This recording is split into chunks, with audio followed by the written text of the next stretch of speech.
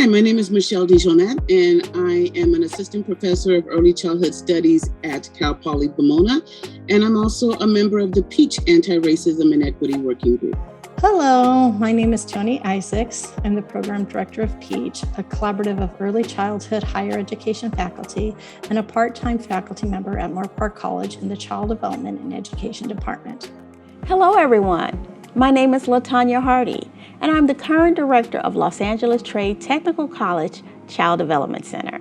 So in grad school is where I started really focusing my work on social justice and early childhood education.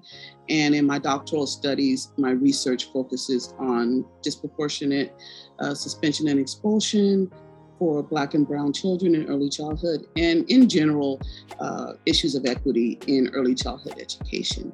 Many of us have grown up in a system that teach a narrow view of what is valued as normal. Educational dehumanization can be difficult to see unless you are victimized by it. I look forward to exploring together with you how to prevent the unfair disciplinary practices of suspension and expulsion in preschool, early childhood, and kindergarten programs.